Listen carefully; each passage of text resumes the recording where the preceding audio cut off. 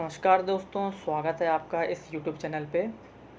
Most awaited video जो आप लोगों के द्वारा हर बार मेरी किसी न किसी का पोस्ट पर या किसी न किसी वीडियो पर एक कमेंट आ जाया करता था कि सर इतने दिन बचे हैं, स्ट्रैटेजी क्या होगी, इतने दिन बचे हैं, स्ट्रैटेजी क्या होगी। और जो मेरी पहली वीडियो थी स्ट्रैटेजी वाली, उसके इतनी सफलता के बाद कि उसमें करीब 8,000 से ऊपर व्यूज़ हैं और अराउंड शायद 500 के आसपास उसमें लाइक्स हैं। तो फर्स्ट वीडियो की सफलता के बाद एक सेकंड वीडियो पर आना मेरे लिए ज़रूरी भी था, आप लोग की एक्सपेक्टेशंस भी थी और एक प्रेशर भी है कि नहीं, जो स्ट्रैटेजी हो वो ऐसी हो जो आप लोगों के काम में आए। अब आप लोग कहेंगे कि सर थोड़ा सा धोखा हो गया, हमने कही थी सर सुपर टेट की, आप ले आए यूपी टेट की। तो देखिए, थोड़ा सा आप लोग एक्सपीरियंट हैं, पढ़े लिखे हैं और अब आप लोग भी इस चीज़ पे हैं, तो आपको थोड़ा सा ज्ञान होना चाहिए हर चीज़ का। क्या ज्ञान होना चाहिए, ध्यान से सुनिए। आपको ये पता है कि जो यूपी टेट है पहले आपको वो पास करना है, उसके बाद आपका सुपर टेट आता है, पहली चीज़। दूसरी इम्पॉर्टेंट चीज़ जो आपको ध्यान रखनी है कि यूपी टेट आपके लिए इम्पॉर्टेंट क्यों हो जाता है, उसके पीछे दो रीज़न है। पहला रीज़न मैं आपको देता हूँ जो बहुत बड़ा रीज़न है कि आपने लास्ट टाइम न्यूज़पेपर्स में सुन लिया होगा कि शायद यूपी टेट की मेरिट का भी शायद कुछ प्रपोर्शन आपकी मेरिट में जोड़ी जाए।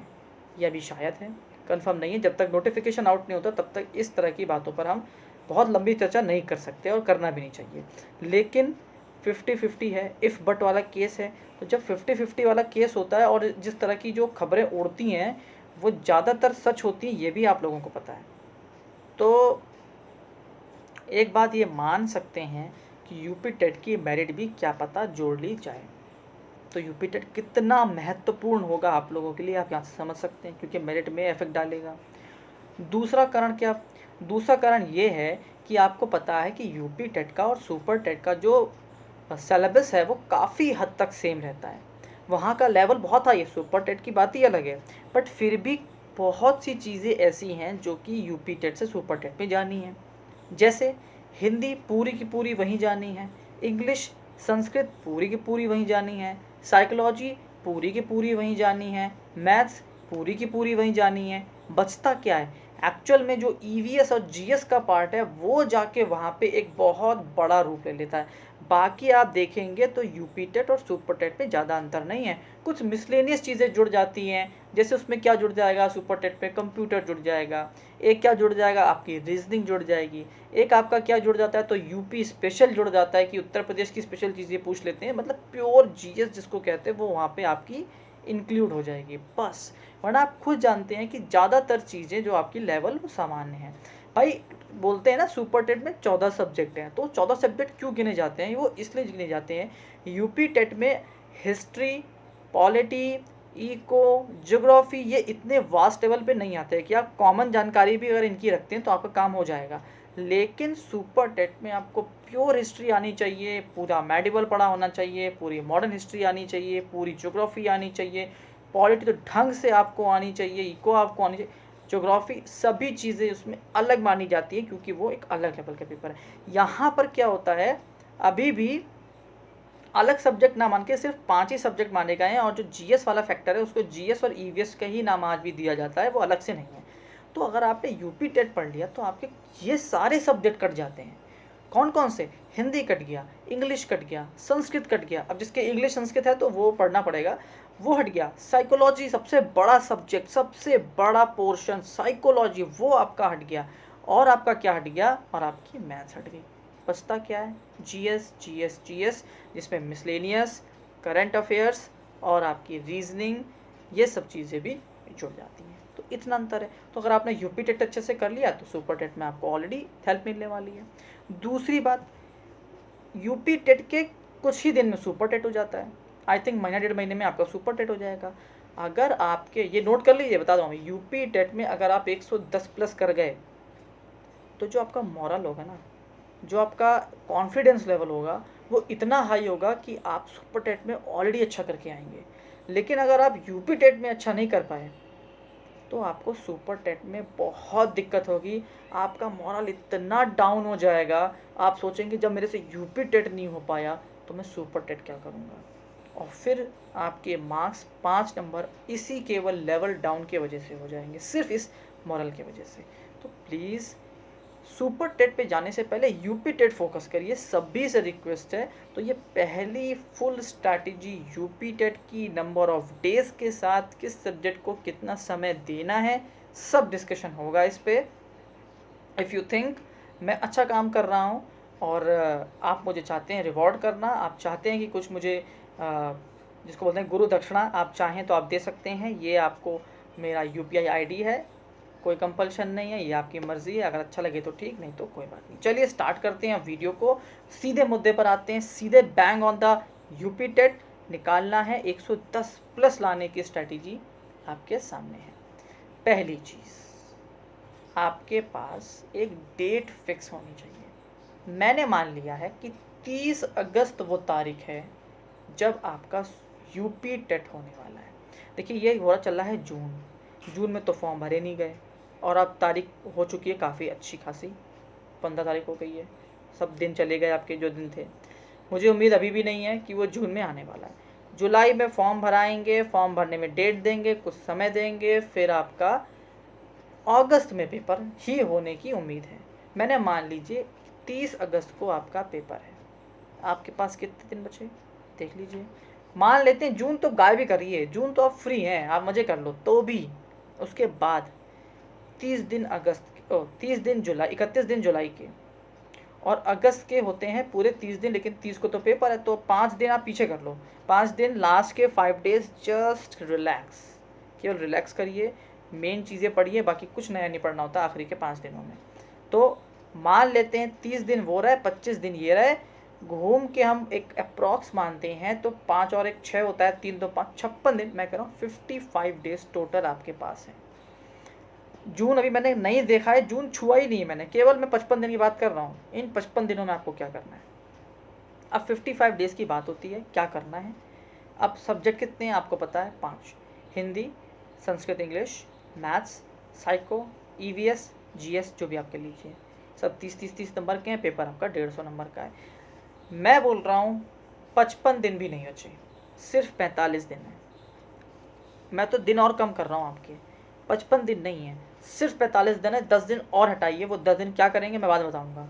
आप भी सिर्फ 45 डेज, 45 दिन, 5 सब्जेक्ट, क्या करोगे? अब देखते हैं कि क्या करोगे। सबसे पहले अब कितना अलॉट करना है किस सब्जेक्ट को? हिंदी 5 दिन बहुत है, हिंदी सफिशिएंट है 5 दिन। क्यों सफिशिएंट है, बात ध्यान से सुनिए भाई। हिंदी में आपको क्या पढ़ना है? संधि पढ़ना है, ठीक, संधि विच्छेद जिसे कहते हैं, समास आपको पढ़ने हैं, अलंकार आपको पढ़ने हैं। अब आप पर्यायवाची, विलोमार्थ, ये तो बैठ के पढ़ोगे नहीं, ये तो पढ़ने की चीज़ नहीं, ये तो आप प्रैक्टिस जब करते रहते हो, सुनते रहते हो, रैंडम ऐसे कोई वीडियो देखते रहिए, सुनते रहिए, इस पर कोई टाइम इन्वेस्ट करने की ज़रूरत नहीं है, नहीं तो फिर तो लाखों करोड़ों में करते रह जाओगे, कुछ मतलब नहीं निकलेगा आपका। ठीक है, अनेकार्थी शब्द हो गए, ये प्रैक्टिस करिए, मुहावरे हो गए, ये प्रैक्टिस करिए। कितने टॉपिक हैं गिन के आप हिंदी के टॉपिक लेंगे ना, तो 6 7 8 टॉपिक, उससे ऊपर नहीं जाने वाले। तो 6 7 8 टॉपिक के लिए 5 दिन बहुत होते हैं, बहुत ही ज़्यादा होते हैं। और हिंदी ऐसा लैंग्वेज है कि मेरे हिसाब से कोई ऐसा नहीं कि जो ज़ीरो बैठा हो। क्योंकि देखिए एग्जांपल देखिए, आप यूपी टेट आप BTC करके आए हैं तो आपने हिंदी 4 सेमेस्टर पढ़ी है, आप B.Ed करके आए हैं तो वहाँ जो सिस्टम होता है 2 साल आपने हिंदी पढ़ी ही होगी। तो ऐसा तो नहीं ना कि आप हिंदी में बिल्कुल ज़ीरो बैठे हो कि हिंदी आती नहीं है, ऐसा तो नहीं है ना। तो 5 दिन हिंदी के बहुत हैं 5 दिन। इसके ऊपर अगर आप हिंदी में दे रहे हैं तो आप अपना नुकसान कर रहे हैं और कुछ नहीं कर रहे हैं। 5 डेज सफिशिएंट। एक दिन में संधि पढ़िए और समास पढ़िए, क्योंकि दोनों आसपास के ही हैं, काम खत्म। एक दिन में मुहावरे निपटा लीजिए, एक दिन में आप एक शब्द के लिए अनेक शब्द पढ़ लिए, एक दिन में ही आप सारे मुहावरे लिख डालिए। क्या ही बचता है हिंदी में? मैंने तो हिंदी हमारे पास तो टोटल 1 महीना नहीं था, तो हम तो और 1 2 दिन दे के निकले हैं, लेकिन 5 दिन बहुत है। इसी तरीके से संस्कृत और इंग्लिश की बात करेंगे तो वहाँ भी 5 डेज़ काफ़ी हैं। टॉपिक सेम है, ज़्यादा अंतर नहीं है। हाँ, आप हिंदी को 4 और इंग्लिश संस्कृत को 6 कर सकते हो, वो आपकी है, लेकिन ये 10 दिन का लैंग्वेज है बस। इसके ऊपर आपको 10 दिन के ऊपर लैंग्वेज में नहीं देना है, नहीं देना, कोई मतलब नहीं है, बकवास हो जाएगा, आप अपना टाइम बर्बाद कर लोगे बस। ठीक बात। तो ये आपने 10 डेज़ बना लिए, 5 days Hindi and 5 days Sanskrit या फिर इंग्लिश, सफिशिएंट। जब आप पढ़ने बैठेंगे ना आपको खुद समझ में आएगा। अब लेकिन एक बात और, 5 दिन में कितने घंटे पढ़ाई करनी है, ये एक बहुत बड़ा सवाल है ना, कि कितने घंटे पढ़ाई करें। तो भाई अगर आप अभी भी सीरियस नहीं हैं और आप एक दिन में कम से कम 5 घंटे नहीं पढ़ रहे, कम से कम बोल रहा हूँ 5 घंटे, कुछ नहीं होने वाला आपका।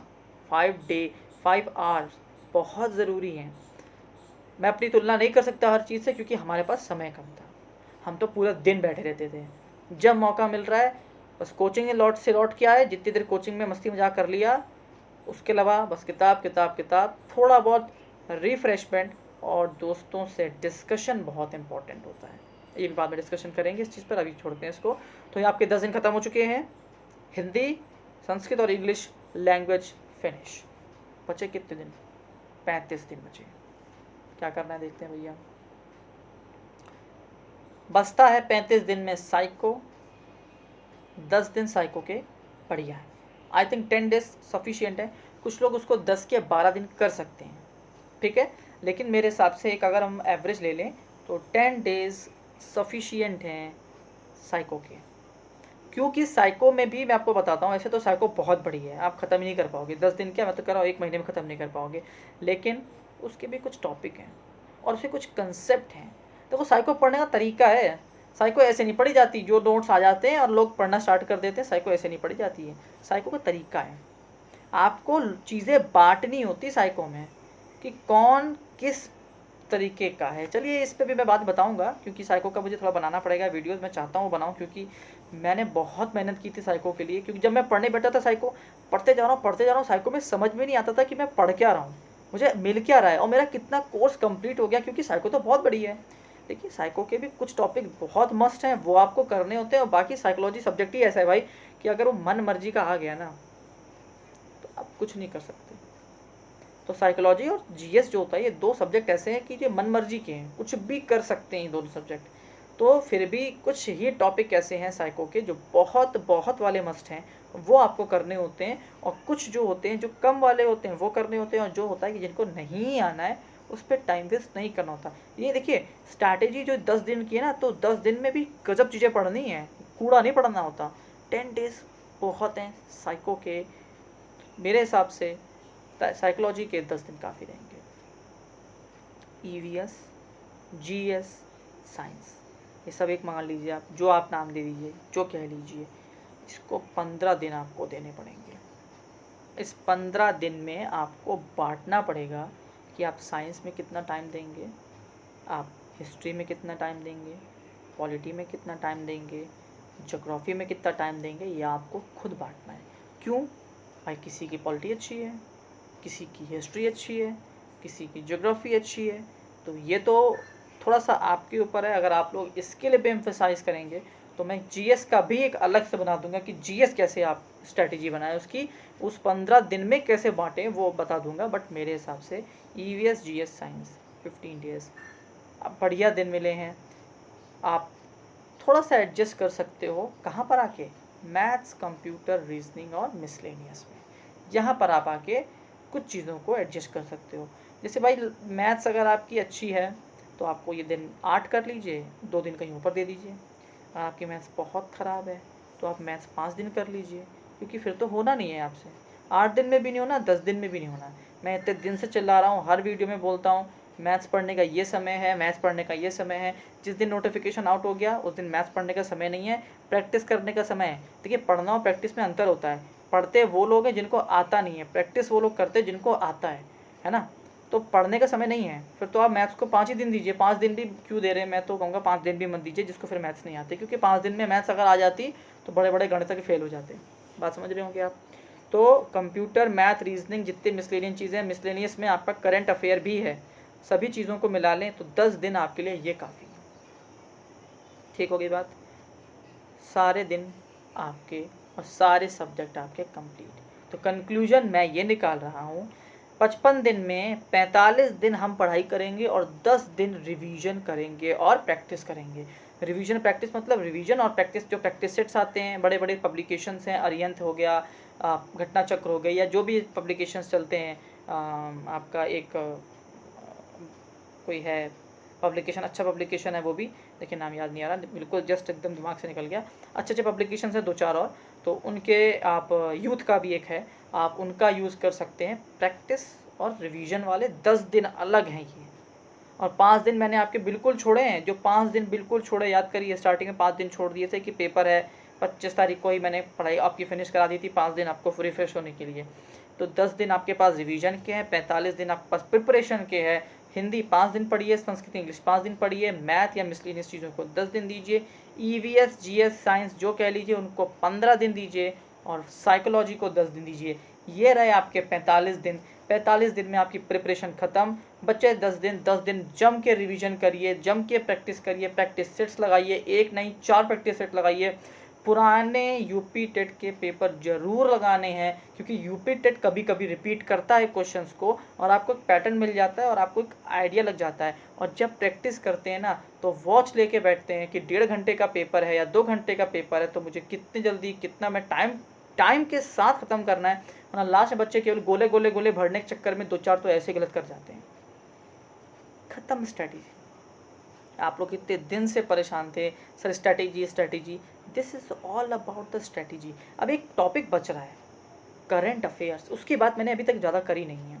देखिए यूपी टेट में करंट अफेयर्स ज़्यादा आता नहीं है, एक सच्चाई है, लेकिन पैटर्न कब बदलें, कब ये लेवल हाई करें, इसकी कोई गारंटी नहीं है, ये आपको भी पता है, क्योंकि अनिश्चितताओं का ही काम होता है करंट ये आपका कॉम्पिटिटिव एग्ज़ाम। और जिस हिसाब से संख्या बढ़ रही है धीमे धीमे, आप समझ सकते हैं कि लेवल कहाँ जा सकता है। तो करंट आपको पढ़ना है। अब एक मित्र ने, हमारे व्यूअर थे, उन्होंने कमेंट किया था कि सर आप डेली करंट लेके आया करो। भैया आप एक चीज़ ये बताओ, डेली करंट कहाँ से आएगा? डेली करंट होगा, ये बात नहीं है, डेली करंट कहाँ से आएगा, लेकिन आपके एग्ज़ाम के लिए भी तो देखना है भाई। अच्छा मान लो वेनेजुएला में प्रेसिडेंट बदल गए, ये आपका करंट अफेयर है, अच्छी बात है, करंट अफेयर है, आपके एग्ज़ाम पे नहीं आने वाला, बिल्कुल भी नहीं आने वाला। आज के करंट अफेयर में ये आ गया कि इसराइल के नए प्रेसिडेंट बन चुके हैं, प्रधानमंत्री बन चुके हैं, सॉरी, आपने देखा होगा नेतन्याहू जी को हटा दिया गया है। थोड़ा इम्पोर्टेंट हो सकता है, बट इतना इम्पोर्टेंट भी नहीं है। तो आपको ये समझना है, जो डेली करंट आप लोग पढ़ रहे हैं भाई, करंट का मतलब आपको ये नहीं है कि आपको दुनिया की जानकारी, भाई आईएएस का पेपर देने नहीं जा रहे हो भाई, सुपर टेट देने जा रहे हो। कुछ चुनिंदा टॉपिक होते हैं करंट अफेयर के जो आपके लिए इम्पोर्टेंट है। कहीं पर बाढ़ आ गई, नहीं इम्पोर्टेंट है, कहीं तूफान आ गया, अरे नहीं इम्पोर्टेंट है भाई, आपके लिए बिल्कुल इम्पोर्टेंट नहीं है। उन चीज़ों पे ध्यान नहीं देना है आपको, जो टॉपिक आपके लिए इम्पोर्टेंट है उस पर ध्यान देना है। स्टेट की न्यूज़ पे ध्यान दीजिए। यूपी स्पेशल सुपर टेट पक्का आता है, आपको पता है अच्छे से, उसमें एक आध क्वेश्चन पक्का, बल्कि एक आध क्वेश्चन क्यों 4-5 क्वेश्चन खींच के लाते हैं यूपी स्पेशल से भी। तो आपको इन चीज़ों पे ध्यान देना है। जैसे इंडिया की बात कर लें, तो कर्नाटक में कुछ कांड हो गया, कोई सपोज कुछ हो गया, नहीं आने वाला। यूपी में कुछ हो गया, आ सकता है, एमपी में हुआ, आ सकता है, राजस्थान में हुआ, आ सकता है, लेकिन अब आप सोचो कि तमिलनाडु का आ जाए तो वो नहीं आएगा, क्योंकि आपका यूपी टेट और सुपर टेट का लेवल अलग है। हम मिडिल इंडिया में रहते हैं, मिड इंडिया है हमारा, हमें साउथ से उतना मतलब नहीं है। तो आपको करंट अफेयर छांटना आना चाहिए कि आपकी, मैंने एक वीडियो बनाई है, पूरी वीडियो बनाई है कि करंट अफेयर्स के नोट्स कैसे बनाओ। उस वीडियो को जाके देखो भाई, मैं लिंक में छोड़ दूंगा करंट अफेयर के बारे में। जो मेरी पहली वीडियो है सुपर टेट की स्ट्रैटेजी के लिए, वो भी लिंक में मैं आपको डाल दूंगा, उनको भी देखो, आइडिया मिलेगा कि एक्चुअल में पढ़ाई करनी कैसे है। लोग, मैं जानता हूँ लोगों के अंदर ये रहता है कि डेली करंट का वो सुनते हैं, डेली करंट सुनते हैं, कुछ नहीं होने वाला आपका। आ जाए उसमें से तो कह देना आप, और याद भी रह जाए तो आप कह देना। महीने का जो करंट होता है उसको उठाइए, जो मैं करता हूँ, मैं बता रहा हूँ आपको अपनी, मैं महीने की करंट होती है उसको उठाता हूँ, उसको कॉपी पे लिखता हूँ, ठीक है, और फिर मैं देखता हूँ कि अच्छा ये वाला करंट मेरे काम का नहीं है, हटाओ, ये करंट हाँ ये काम का है, ये हो सकता है, ठीक है इसको भी रख लेते हैं, नहीं हाँ नहीं हाँ। फिर मैं देखूंगा कि अगर एक पूरे महीने में 50 या 70 करंट थे, उस 70 करंट में मेरे कितने काम के, सिर्फ 30 निकाल के रखो, मुझे ये 30 पढ़ने हैं। मुझे ज्ञान की वर्षा नहीं करनी जाके, मुझे पेपर निकालना है, मुझे जॉब चाहिए, दैट्स इट, होशियारी नहीं दिखानी।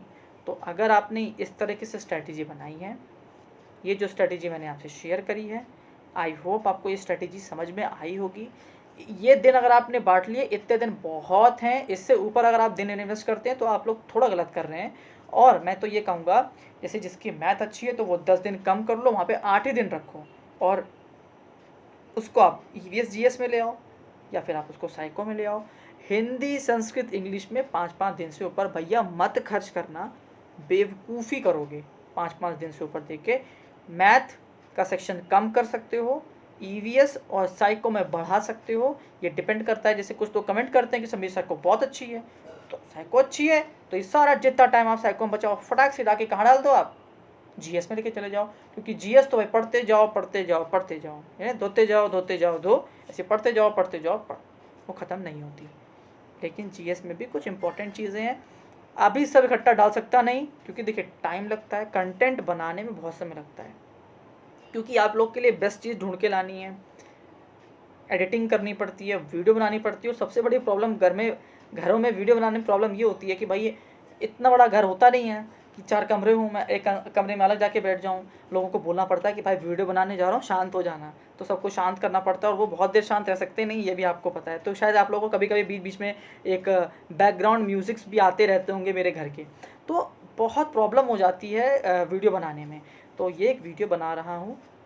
मेरे हिसाब से जो आपकी यूपी टेट की क्वेरी है स्ट्रैटेजी वाली, वो ख़त्म हो गई होगी, स्ट्रैटेजी क्लियर हो गई होगी, नंबर ऑफ़ डेज क्लियर गए होंगे, नंबर ऑफ़ सब्जेक्ट क्लियर हो गए होंगे, और आपको कैसे करना है, एक आध दिन आगे पीछे करके 45 दिन पढ़ाई करो, 10 दिन रिवीजन और प्रैक्टिस करो, 5 दिन मौज मारो, पेपर में जाओ, भयंकर पेपर दो, 110 प्लस आपके आ गए, मज़े आ जाएंगे। जैसे मेरे आ गए थे, तो मैं तो भाई झूठ नहीं बोलूँगा, थोड़ा सा अनएक्सपेक्टेड भी होता है जब आप ज़्यादा नंबर लेके आते हो। मेरे इतने नंबर आ गए थे कि मेरे अगल बगल वालों के धुएं उड़ गए कि भाई तेरे नंबर कहाँ से आ गए, तूने एक्स्ट्रा क्या पढ़ लिया था।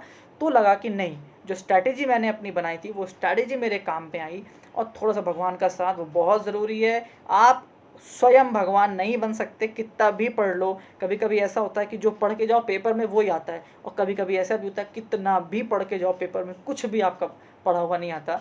तो ऐसा नहीं है, थोड़ा सा लक बहुत ज़रूरी है। बाकी आपकी मेहनत और स्ट्रैटेजी, दिमाग से पढ़ो, मेहनत नहीं, दिमाग से काम करो। मैं अपने स्टूडेंट्स को, मैंने बहुत साल केवीएस में पढ़ाया है, मैंने बहुत सारे ट्यूशन्स पढ़ाए हैं, बच्चों को हमेशा सिर्फ एक चीज़ कहता था, पता है क्या?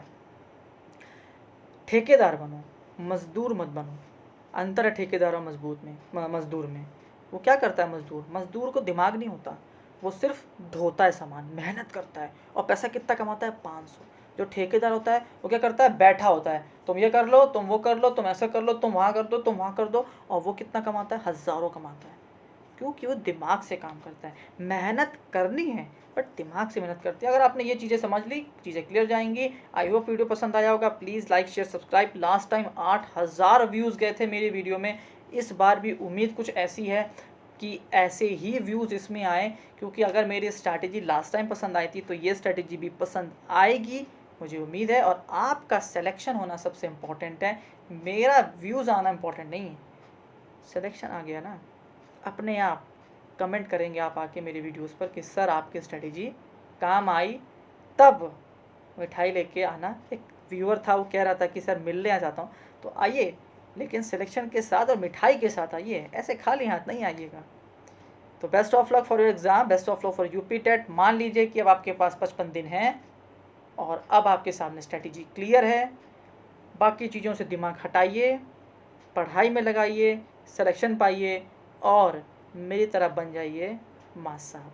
Thank you and have a nice day.